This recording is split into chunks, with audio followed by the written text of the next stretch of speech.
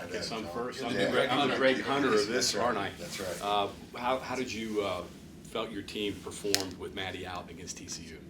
Certainly a big challenge to be in a situation where we're playing without a lead guard, and I thought our young ladies found a way on the road to defend at a really high level. Didn't take care of the ball the way we wanted to in some situations, had a couple tough breaks, couple tough things go against us, but at the same time, I thought really rallied and remained poised when it was really kind of challenging at times. But overall, defensively did a really good job on the road. How is she health-wise? She's getting better. Yeah, getting better. So good to see. Texas, they're kind of hitting their stride right now. I think Right. 3 in a row, and they've got a couple of bigs. Personnel-wise, would they be similar to maybe NC State? I think that it's a good comparison. I think they just do so many things really well. You know, they score it at the rim really well. They shoot it from the arc.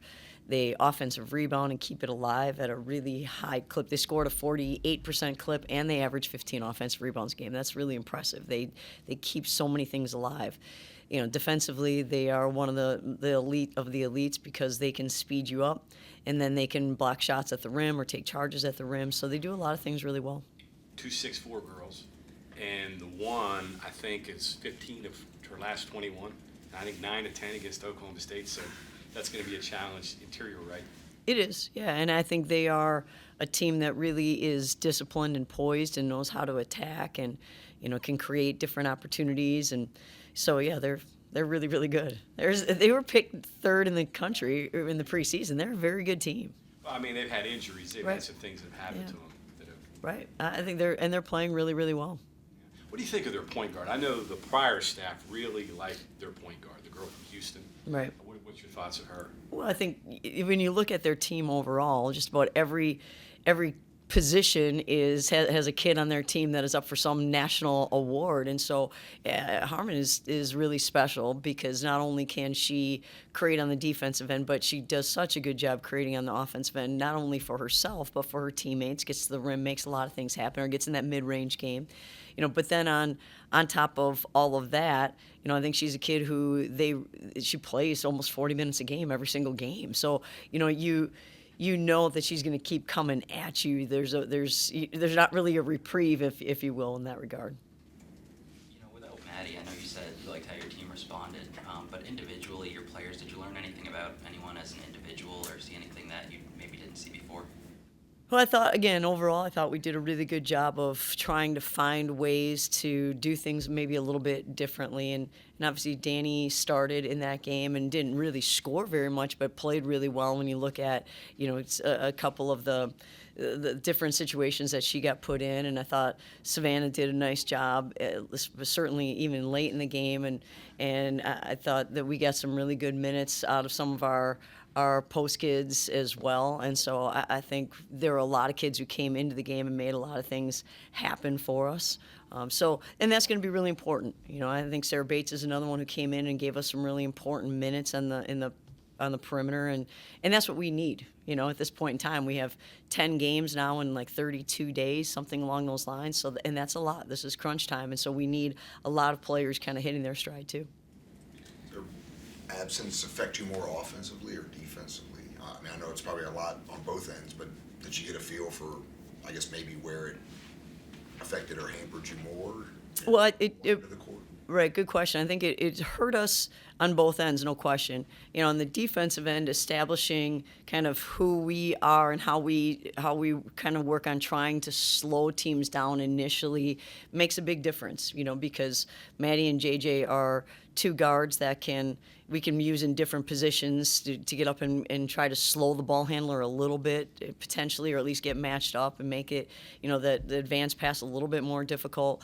You know, so not having Maddie in one of those two positions, and when JJ is out, having her be able to be in that spot is challenging.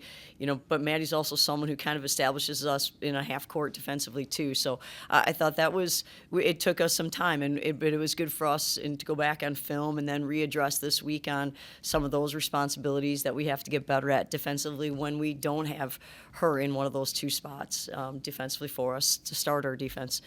Offensively, someone who creates, someone who's hit a lot of big shots for us, and having other players have to step up and do that. And certainly thought JJ in the fourth quarter really played extremely well on both ends, but on the offensive end, got to the rim twice in transition.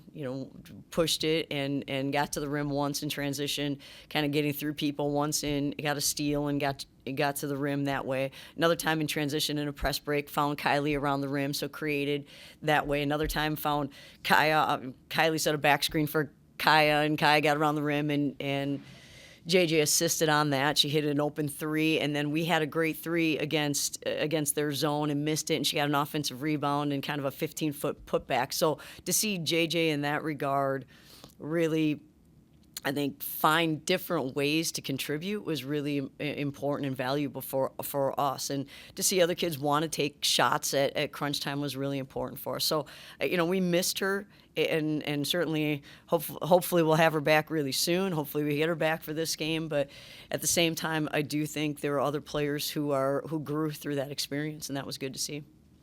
Jump shooting and gang rebounding, the two keys tomorrow?